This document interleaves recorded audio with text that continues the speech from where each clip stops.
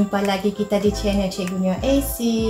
Kali ini Cikgu akan berkongsi video berkaitan dengan sejarah tingkatan 4 Bab 1 Warisan Negara Bangsa. Jadi dalam bab 1 ni ada 4 tajuk kecil. Cikgu akan kongsi tajuk kecil yang pertama, iaitu 1.1 Latar belakang negara bangsa sebelum kedatangan kuasa barat. Jadi di sini kita akan tengok satu tajuk sahaja untuk 1.1 ini, iaitu ciri-ciri negara bangsa kerajaan alam Melayu. Jadi mari kita tengok apakah ciri-ciri negara bangsa kerajaan alam Melayu. Untuk pengetahuan semua, kalau kamu masih ingat, kerajaan alam Melayu ini telah kamu pelajari semasa di tingkatan 2. Jadi cikgu harap masih ingatlah kerajaan alam Melayu ini.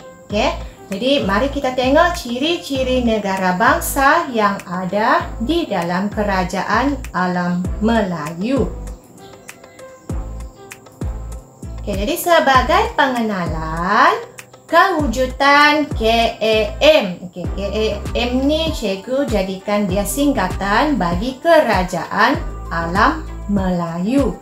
Jadi untuk kewujudan kerajaan alam Melayu ini atau KAM menjadi bukti asas negara bangsa ini sememangnya telah wujud sebelum kedatangan Barat. Kemudian menjadi proses pembentukan negara bangsa. Jadi proses ini dia bukan ambil masa sekejap. Sebaliknya mengambil masa yang sangat lama, panjang. Jadi seterusnya, contoh untuk kerajaan alam Melayu ini adalah F untuk kerajaan Funan, C untuk kerajaan Champa, Sriwijaya untuk S, A itu Angkor, M itu Majapahit, K itu Kedah Tua dan G itu Ganggang Nagara. Jadi ketujuh-tujuh kerajaan alam Melayu ini telah menjadi negara bangsa dan akhirnya berkembang dan seterusnya diwarisi oleh negara-negara yang ada di rantau Asia Tenggara. Ini contohnya negara kita sendiri, Malaysia. Seterusnya kita tengok apakah ciri-ciri negara bangsa kerajaan alam Melayu. Yang pertama adalah raja. Sebuah negara bangsa mesti mempunyai seorang raja. Itu antara ciri utama bagi negara bangsa kerajaan alam Melayu. Yang kedua adalah adanya undang-undang. Ciri ketiga adalah adanya wilayah pengaruh. Dan yang keempat adalah adanya rakyat. Jadi keempat ciri ini membentuk sebuah negara bangsa yang agung. Antara contohnya untuk negara kita ada kemudian Kerajaan Kesultanan Melayu Melaka dan kemudiannya diwarisi oleh Kerajaan Johor Riau.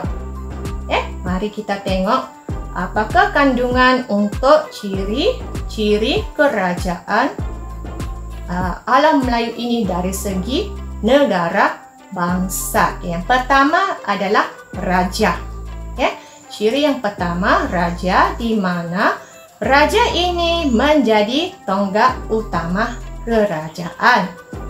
Tanpa raja tidak adalah wujudnya kerajaan, sebab sebuah kerajaan, sebuah negara bangsa mesti mempunyai seorang ketua, iaitu raja. Yang kedua adalah kedudukan di pekukukan. Kedudukan raja ini di pekukukan dengan adanya sistem pentadbiran pembesar ini sebagai pembantu kepada raja. Maksudnya pembesar ini membantu raja dari segi sistem pentadbiran. Yang ketiga adalah memperolehi ketaatan daripada rakyat. Sekiranya tidak ada rakyat, tidak mungkin akan ada raja. Jadi raja ini dia dibantu oleh pembesar dan ketaatannya ini diperolehi melalui rakyat. Seterusnya kita tengok raja ini bagi sesetengah kerajaan alam Melayu dianggap sebagai suci. Dan mereka raja ini sentiasa ditaati. Contohnya Raja Campah, di mana dianggap sebagai suci dan dikaitkan dengan Dewa Siwa. Ciri kedua adalah undang-undang. Jadi untuk ciri kedua adalah untuk memastikan kesejahteraan kerajaan. Sesebuah kerajaan mesti mempunyai undang-undang bagi tujuan menjaga kesejahteraan kerajaan tersebut. Ciri kedua di bawah undang-undang ini adalah terpakai di seluruh wilayah pengaruh. Maksudnya undang-undang ini digunakan di seluruh wilayah pengaruh bagi kerajaan alam Melayu. Yang ketiga adalah menjadi panduan dalam pentadbiran kerajaan. Contohnya kerajaan Majapahit, di mana kerajaan Majapahit mengamalkan undang-undang bernama Kutara Manawa. Ini merupakan naskah Kutara Manawa. Kita tengok ciri yang ketiga. Ciri ketiga adalah adanya wilayah pengaruh.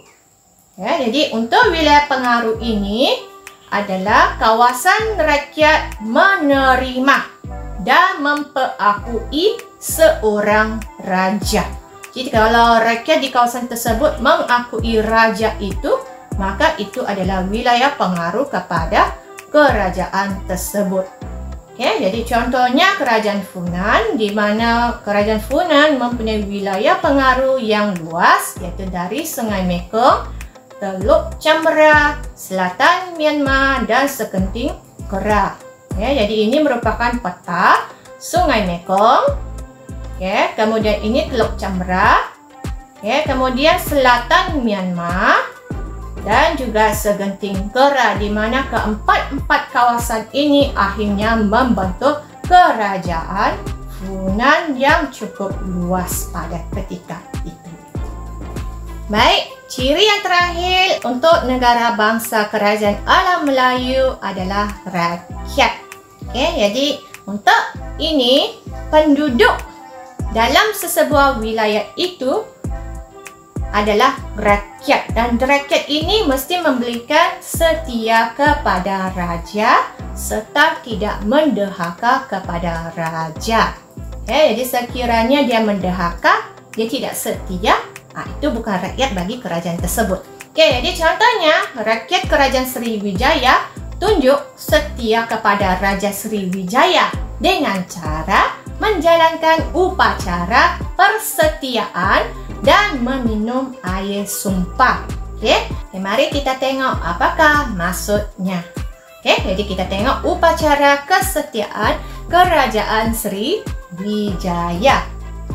Jadi untuk tunjukkan rakyat ini setia kepada Raja Sriwijaya, mereka akan jalankan upacara kesetiaan. Dengan cara air akan dituang atas inskripsi Telaga Batu.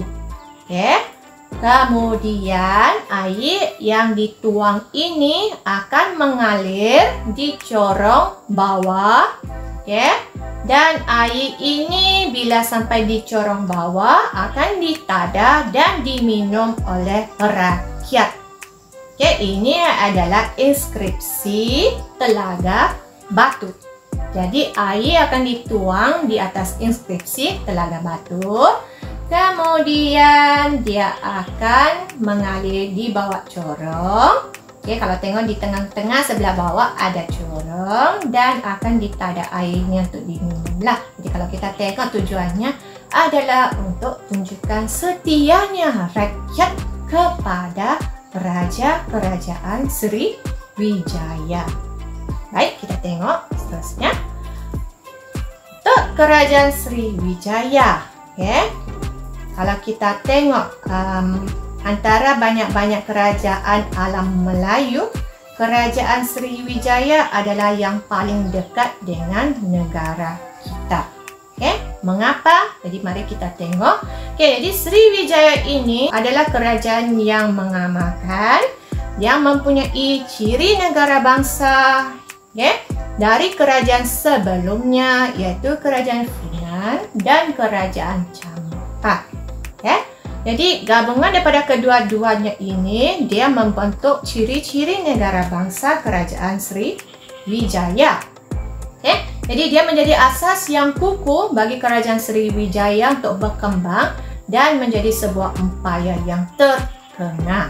Jadi seterusnya membawa kesejahteraan kepada empayar Sriwijaya. Ini adalah empayar Sriwijaya. Jadi kalau tengok peta ini, dia merangkumi Pulau Sumatera dan juga negara kita. Jadi seterusnya kita tengok daripada Kerajaan Sriwijaya.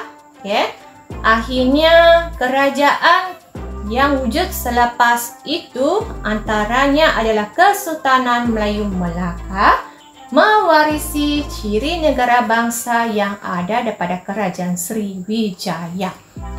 Jadi kalau kita tengok, Kesultanan Melayu Melaka mempunyai ciri-ciri negara bangsa seperti Kerajaan Sriwijaya. Jadi ciri-ciri ini diserap dan diperkukuhkan di Kesultanan Melayu Melaka. Jadi kalau kita tengok peta ini adalah empayar Melaka.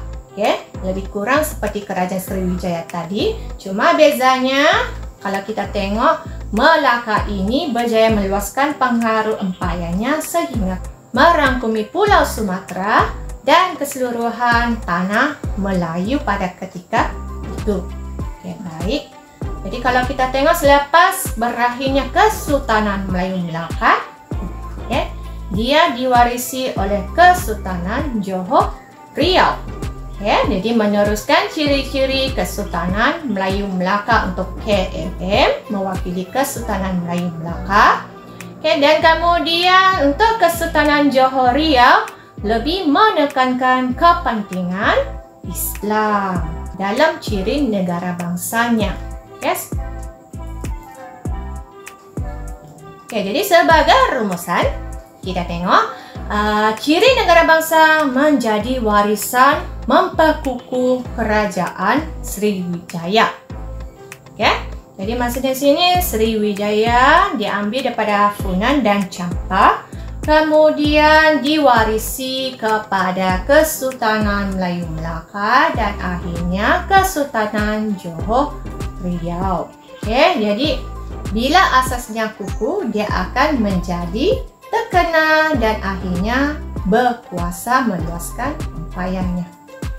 Sebagai rakyat, kita bangga dengan warisan yang ada dan pada masa sama kita perlu bekerjasama untuk mempertahankan warisan negara. Jadi maksudnya di sini bukan tugas pemimpin saja untuk mempertahankan warisan negara ini, juga menjadi tanggung jawab kita untuk mempertahankan warisan negara. Baik, cikgu rasa setakat itu saja perkongsian video pada kali ini. Jadi cikgu dah tinggalkan latihan untuk menguji pemahaman pelajar. Sekiranya anda suka dengan video ini, boleh share dengan rakan-rakan anda. Terima kasih kerana menonton.